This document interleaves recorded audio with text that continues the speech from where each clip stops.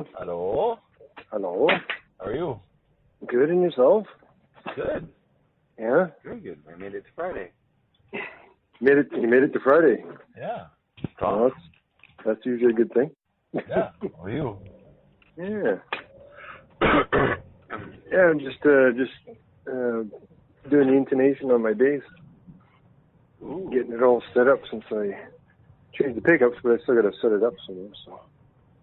Is that the new one you bought? Yeah, the PV one. Yeah. Yeah. Yeah, so just getting that ready. So I didn't read your message there. From was it Gary? Yeah. Gary had replied and said he didn't know that all that was such an influence on us. So, which was kind of cool. So, yeah. Good. Pretty cool. Yeah. Yeah. All right. Well, I guess we're in our episode. So what's the topic? You never there was no heads up on this one either. No. Well, let's see. Keeping you in the dark should be the title of these episodes. Rant in the dark. That should be what it's called. Yes, that's right. Well, I don't know. There's a few things floating around we can talk about. I had some more bad headline. I had one more bad headline. What's the headline game? We can do. Okay, sure. And it's something you don't know anything about, probably don't care about, but your opinion should be pretty interesting. Okay. So the headline was, Lord and Miller, they're two directors. They work together, always work together as a team. Right. Have been kicked off the Han Solo movie and have been replaced by Ron Howard, Opie. Really? Yes. Now, I'll get to the comment in a sec. So basically, these guys were brought in to direct a Han Solo movie. It's a backstory on how Han Solo, that leads into Han Solo, like his first appearance. So what did he do before his first appearance? How did he get there? So it's a young Han Solo. So they're doing a prequel of the prequel. Yes.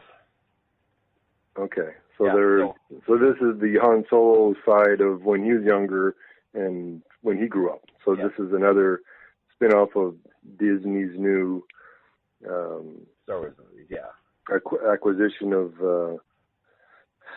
was it Lucasfilms or however? Yeah, well, Disney bought Lucasfilms for $4 billion. Right. Which is the same price that Bell paid to buy MTS, $4 billion. Wow. That's a few dollars. Either Lucasfilm is undervalued or MTS is overvalued, one or the other. But anyway, so just as a quick backstory to this, which is why I wanted to talk about it. So this director team, they I think they worked on like some TV before, and they were doing some Emmy award-winning comedy on TV. It might have been Arrested Development or one of those shows. But anyway, they made their big splash when they directed the Lego movie. Okay. Which was like one of the biggest box office earners the year that it came out. It was like a global blockbuster. It was ridiculous how much money that movie made. Right. So these guys are kind of seasoned, not veterans. Well, I don't know. Like, are these guys? Was it like a one-hit wonder with Lego, or is this something this was just another one of their hits? No. They've got I can't remember what movies they've done, but they're as a directing team, they're one of the most sought after, and they can write their own check and do whatever they want at this point. So when they were brought into Han Solo, it was based on that. Like, wow, these guys are so good. And they brought Ron Howard. What's that? So they filmed 3/4 of the movie. Okay. And then they got fired. Oh, really? Yes. So go, I guess. So that's what's happened. So what's your opinion of all this stuff? What's your 2 cents as someone who doesn't watch the Star Wars movies, really? What's your thought on all this stuff? Well, personally, I for one thing, I haven't watched the Lego movie, so I have no idea how good it was. Second of all, I've never heard of these guys. I've heard of Ron Howard because of Happy Days, and he's also I know he's directed a whole bunch of other films and stuff. Yeah, he's a really well-esteemed director. He's up there with like Spielberg and those guys. Right. Now, the only thing I can see, and now they were fired recently. Yeah, very, very recently. Like very recently, as in this year. This is the big headline. It's just, just a few months ago. Oh, a few months ago. Okay, so this has got nothing to do with the casting couch issue things going on. No. No, it's got nothing to do with that. So it's not one of those things. Okay, so it's because I was going to say, like, if it was something like that, and then they were part of something, then I could see. But yeah, so now I think this is more towards probably either egos or money, or because if they've got the track record, unless the executives saw part of what they were doing with the movie and they wanted to go a certain direction, and them being that they have the more I'm assuming the more hits and things that they have or success that they have, the more cocky they'll be or more demanding or whatever it is. And they just said, no, we're not going to have any of that. We don't care how popular you guys are. This is the way we're doing it. If you don't like it, we'll find someone else. And they figured, yeah, sure, right. And they were tossed, maybe. This is only assumption. Wow. And then okay, keep going, because I like where you're going with this. And Ron Howard has got a lot of things under his belt. I don't know how much of a fan he is, or if he follows Star Wars to the point where I can do this, and pitch his idea and go we go in this direction, and they would go, yeah, that's what we're looking for. And we figured we're not going to pay these guys through the nose to do a movie that they want to do on their own. They might as well do it on their own because they're not following the direction that we're trying to give them. And Ron maybe has done movies with Disney in the past and already has a track record with them, and maybe know that maybe he's perhaps maybe he's a little easier to deal with when it comes to, even though he's he is a ginger, but which is could be I'm sure he has his own opinions on things also, but yeah, I guess it depends on the track record that he has with the company. Now, whether that's true or not, that's just I'm assuming, but I'm assuming to the point where I don't know any of what's going on here, so I'm just kind of throwing it out there. So what's really interesting here is you hit a lot of nails on the head without knowing what it was. So maybe as an incorrect journalist, you should actually be out there doing this as a profession, because you reported much better than a lot of other people have reported on this that have actually read the story. And so okay. So you have read the story though? Oh no, I did read the story. I've been following this very, very closely. Oh, okay. So to give you some perspective, so when they did the Lego movie, like their humor is very, very smart humor, right? And there's some tongue in cheek to it, but it's incredibly intelligent humor, and a lot of it's based in understanding culture, like geek culture and popular culture, and being able to throw in references. They're very hyper aware of everything going on and everything that's come before, so they're able to use that as their brand of humor. Okay, now is this similar to, say, Warner Brothers with Bugs Bunny and Roadrunner and all the things that when we watch it, when we were younger, it just went right over our heads, but if you watch it now, there's a lot of nuances in there that you would not have picked up when you were younger, but you did when you're older. Now, are you talking about that type of humor? Actually, you know what? Yes, I definitely would. Okay. So it's really enjoyable by the kids. They're very enjoyable by the kids, but there's layers to it that the adults can go, wow, that was really funny. Yeah. So the Lego movie, which was really a kid's movie, right, did amazing business with the kids, but the parents kept going back to go watch the movie. Okay, so it was almost like a two-tiered type movie. And in terms of adults, there's enough references to old things that, there was references to like our generation, Batman, or our generation and before. Right. So, Okay. I mean, it was hitting multiple demographics.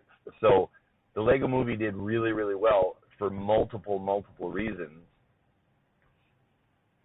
And because it was multi-generational. So everything else they've done has been kind of along those lines, and they're considered like genius. Like their humor is so intelligent. Their humor is so intelligent that they can turn anything and make it awesome. And they made Lego awesome. And Lego got a big leg up from, the infusion of these two guys. But they're also not directors. They're also writers. So very often they'll write and they'll do the writing as well. I think. Now, okay. Yeah. Sorry. I was going to say, okay, when it comes to Star Wars, and it comes to the writing for the series, the movies, and all this stuff, there's a certain, I want to call format, but there's a certain way that it was written. And say, now I haven't watched all of the Star Wars stuff. Like I've only watched maybe the original one and maybe the Empire Strikes Back or something. But that's probably about as far as I've went now. But I mean, the writing is a certain way. Yes. And progresses in a certain style. Yep. Now I'm sure the other movies. There is a formula to it. Yes, I would agree. Yeah. So when Lucas wrote all of these, I'm sure he followed a certain criteria, and I'm assuming, even though they bought it from him, I'm not sure if he still has any stakes at all in it, or if he has any fingers in it at all for any of his own influences. But I'm sure if the people the people who bought them out, like Disney, I'm sure they're going to want to try and follow the same format. It's not like say you watch say a hit, like say Ghostbusters 1, and then you want to watch Ghostbusters 2, and you go, you know what? It's like night and day. It's not even close. I mean, mind you, I haven't watched both, but I've heard that the second one, I mean, they're not similar at all. Yeah. So if you're going to make a series and Star Wars, and it doesn't matter whether it's Jar Jar Binks or whoever it is you're trying to show the history of right from the beginning, I'm sure it has to follow a certain format. Now, if you get these guys that have big heads that are saying, you know what, we're going to revolutionize this whole thing, and you probably won't even recognize the movie anymore. I mean, it might be a good movie in itself.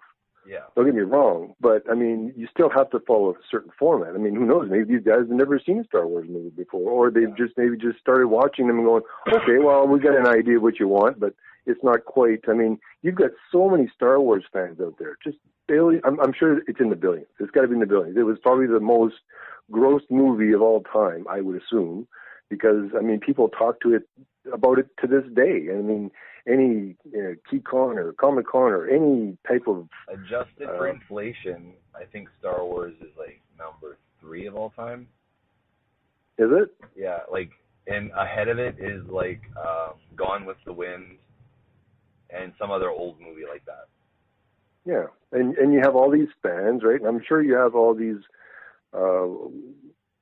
forums and stuff, and people talk about, and they get right into the story. I mean, it's not just even the surface of the movie. I mean, they go into the history, and I mean, it's just like Warcraft or any of those other games. I mean, some people they just enthrall themselves in the history of it.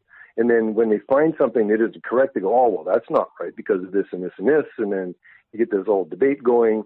And then you get these two guys that God knows whether they've even watched a Star Wars movie. They start, putting things together, and then you're getting people going, well, wait a minute.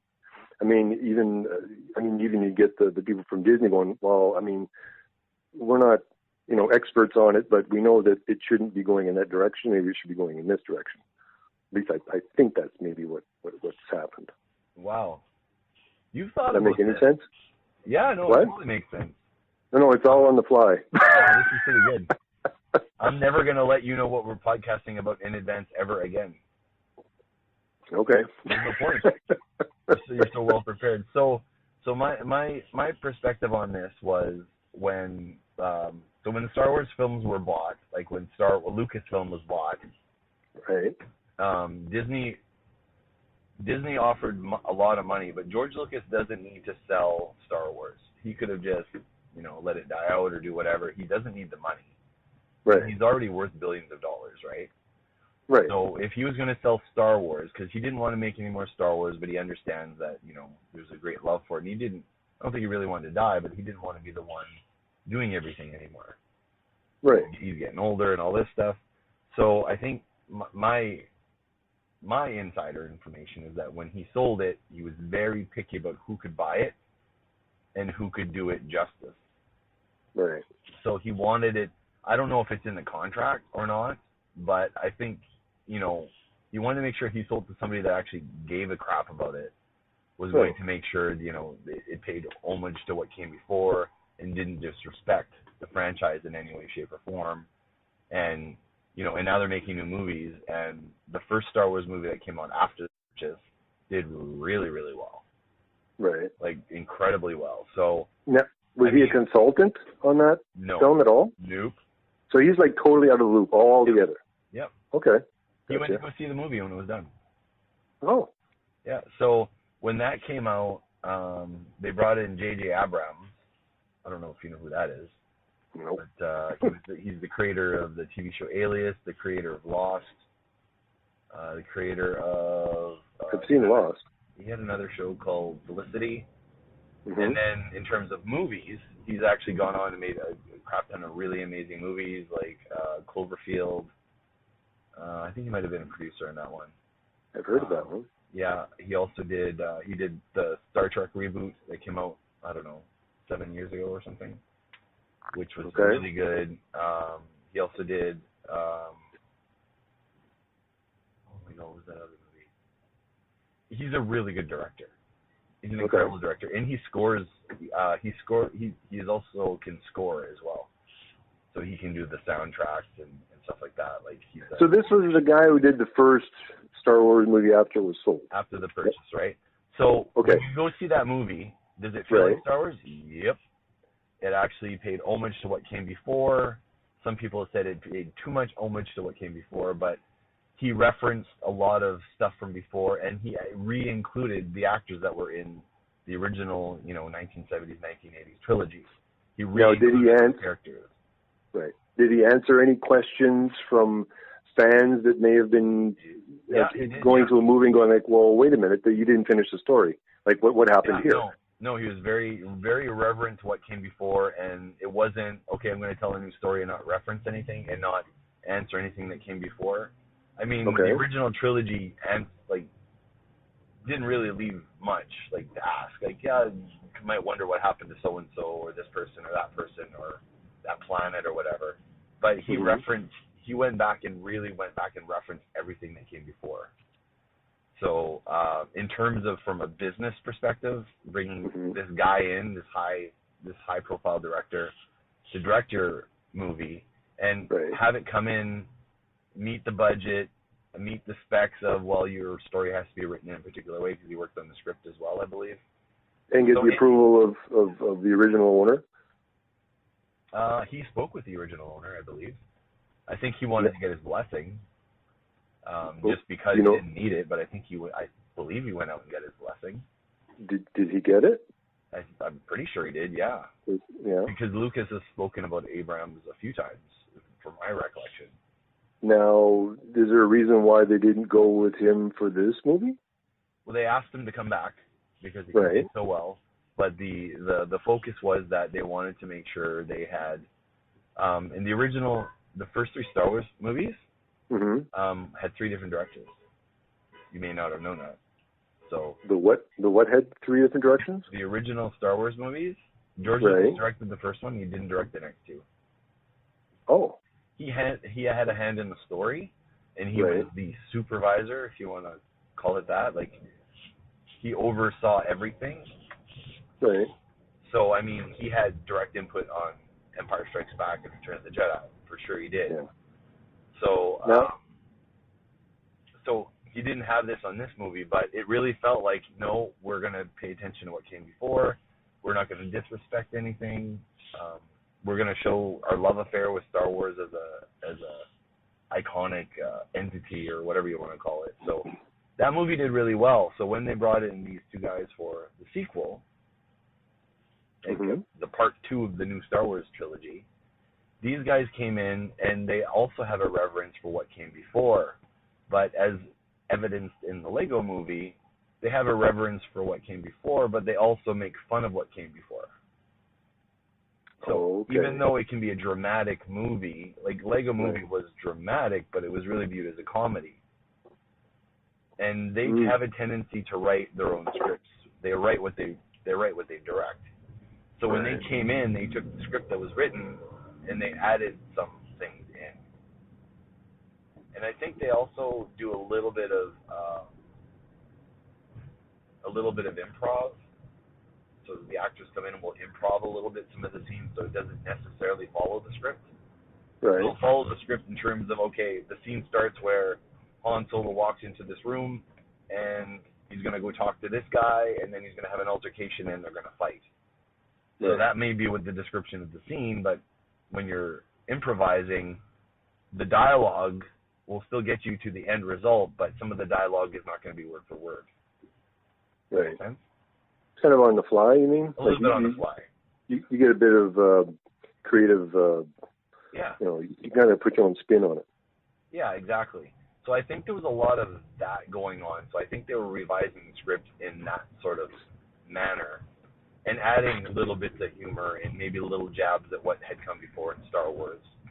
Right. And added more humor to a Star Wars movie than you would normally see. Because Star Wars movies are fun, but they're not funny.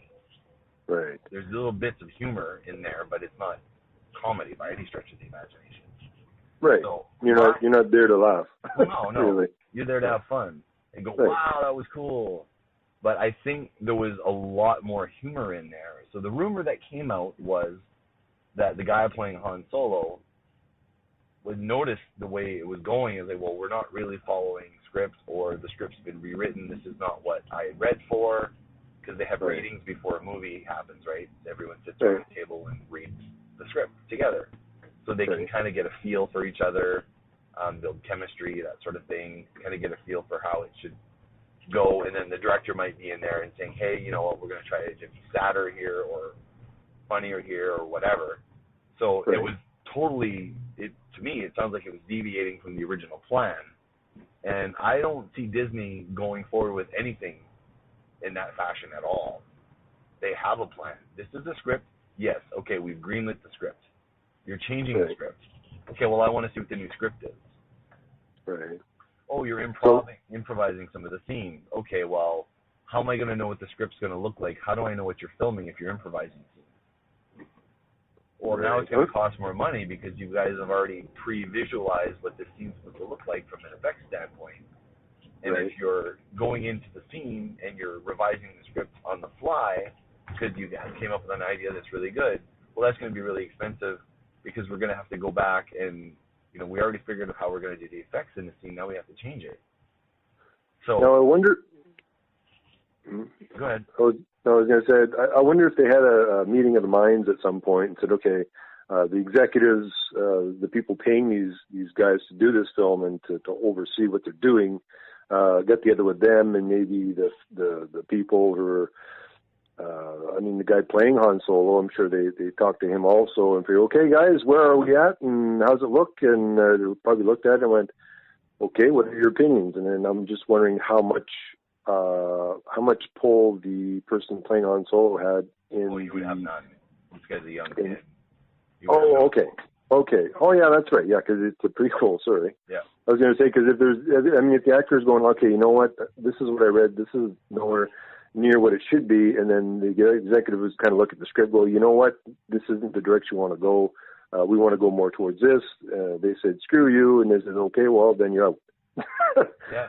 And then the other guys come in. I mean, if you took, say, Princess Leia, if you took all the characters, the main characters in the Star Wars movie, and did prequels, like they're doing with Han Solo, if you had the same directors doing each person as the story went along, then I'm sure that would be fine because they're all following their own format, but at least it'll be the same. But when you start jumping directors, it's like it's not even the same story anymore. You got like two different directors. They have two different ideas of how the whole story should be. and things that happened on the previous. I mean, the actual director who did the previous would know and could make it kind of flow properly. Well, you want it to look the same too. Like it's got to have a certain vibe and a certain feeling. Right. But if these guys were, turfed, and then Ron Howell was brought in. So when Ron was brought in, was this something that he was just kind of in the wings? Did they specifically target him to say, we want you to do it, or how did that work? Yeah, they looked at, okay, well, how do we salvage this movie? Because a lot of money had already been spent.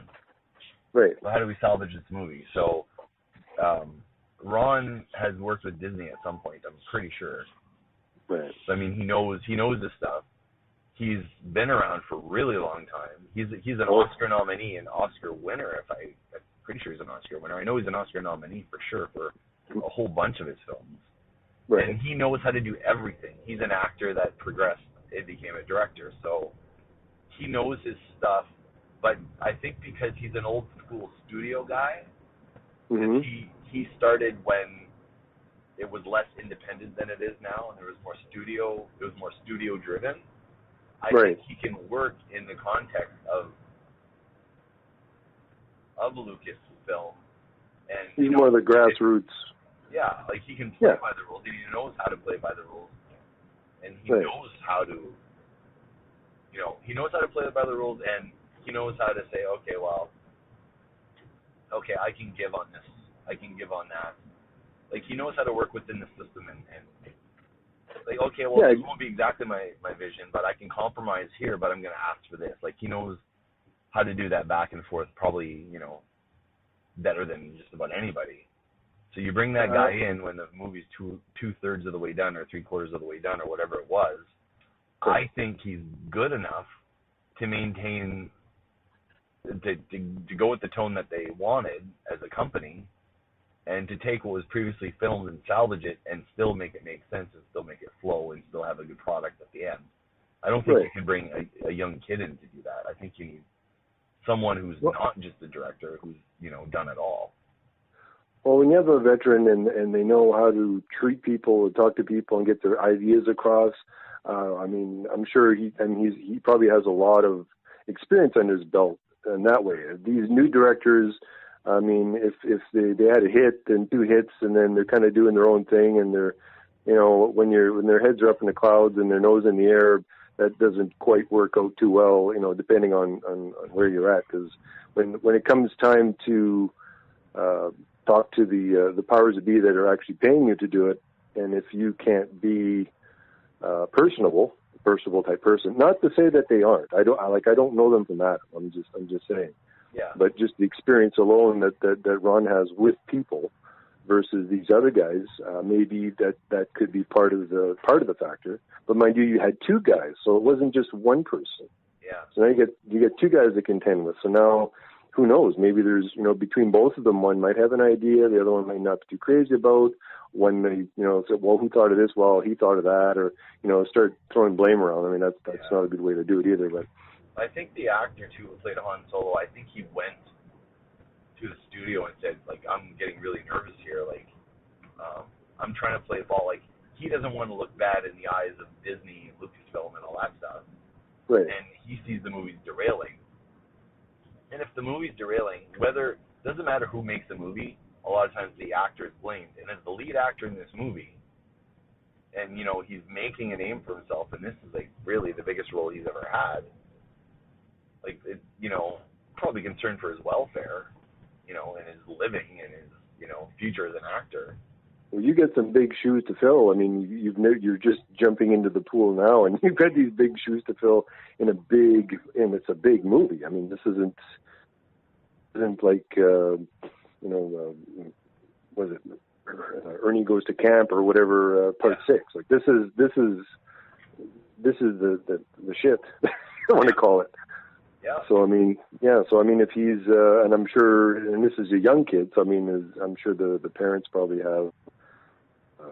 I'm assuming a few things to say too, because they're probably the ones. Like 21 or 22 or something like that. Like okay, so he's a little. Keep in mind, Harrison Ford was like 35 or something when he filmed the first Star Wars movie. So I think this is in his early 20s. Right. So he's not a kid, but the last, so this Han Solo movie is a standalone movie in a way. So they're doing 3 Star Wars movies, right?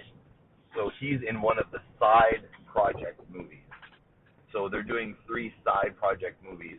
So they're releasing a Star Wars movie every year, but the one movie is the Star Wars movie. It actually has Star Wars in the title.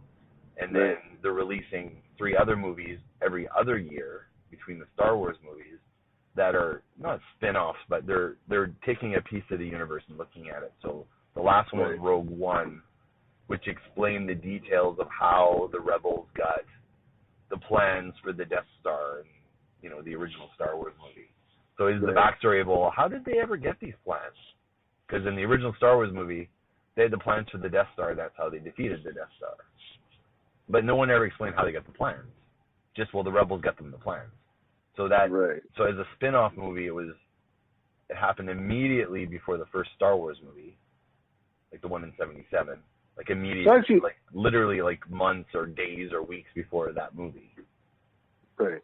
And then this is like another kind of prequel in terms of just kind of fleshing out another part of the story that never been touched on. Right. So basically, the more holes that the first movie has, the more spin-offs that you can put later on. That's exactly it.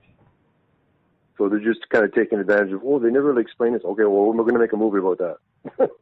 And I think the assumption was with these spin-off movies that there'd be a little bit more ability to bring in a young director and maybe not follow the exact same format as the Star Wars proper films, but you know they could go a little bit different and, you know, try some different things. That's really not the case. Well, you know, like it still has a similar feel. Like the Rogue One, which was the last spin-off, was very, very dark. Right. Very dark. So now, if you were to compare, say, that to, say, Star Trek, for example. Yep. I mean, I think there's so many different spin-off and versions of Star Trek. Oh yeah. The New Generation and all these other ones that came out. And if you look at the original one, they're not even close. No. I mean, I think the only thing that's close is sometimes the uniforms they wear and they're even that, those are different too. Like they're like the same color scheme, but look totally different. Yeah, and I mean they're not even referencing the same characters anymore. Whereas all these Star Wars ones, they just keep referencing the original characters and making all the prequels. I mean, they've never done it for Star Trek. Not to say that they won't. Yeah. Because that would open up a whole new can of worms for the Star Trek series. Sure. Because if you went to, you know, say, well, Shatner when he was, you know, whatever, when he was before he became in Star Trek, that's a whole can of worms in itself. And if it did go, I'm sure it would probably, I would assume it would probably go, be accepted a lot more than just releasing another series of Star Trek. Because now you've gone back to the roots. Yes. Strangely enough, J.J. Abrams did the relaunch of Star Trek a number of years ago, and he actually went back to the roots. And, and he cast people who looked like the same actors and made them, and it was younger. It was when they started out before they went on their first mission. Yeah, that would work too. Yeah, exactly. They had exactly the same director. So the guy who did Star Trek is the guy who did Star Wars. Which is really, like, talk about a feather in your cap in terms of if you want to look at the guy's resume. Mm-hmm. So he did both? Yeah. Oh, shit. Yeah. It's insane. Oh, there you go. So, anyway, with the Rogue One movie, just this is a point of reference, they lost their director at the end, too, but it wasn't 2/3 of the way or 3/4 of the way, like, they lost their director like right towards the end, and they had to bring a guy in to complete the film, and fix it. So the first thought is, well, that movie before it's released, well, this movie's gonna suck. They changed the directors right at the end. It's gonna be all disjointed, blah blah blah blah. The movie came out and it was amazing. People were so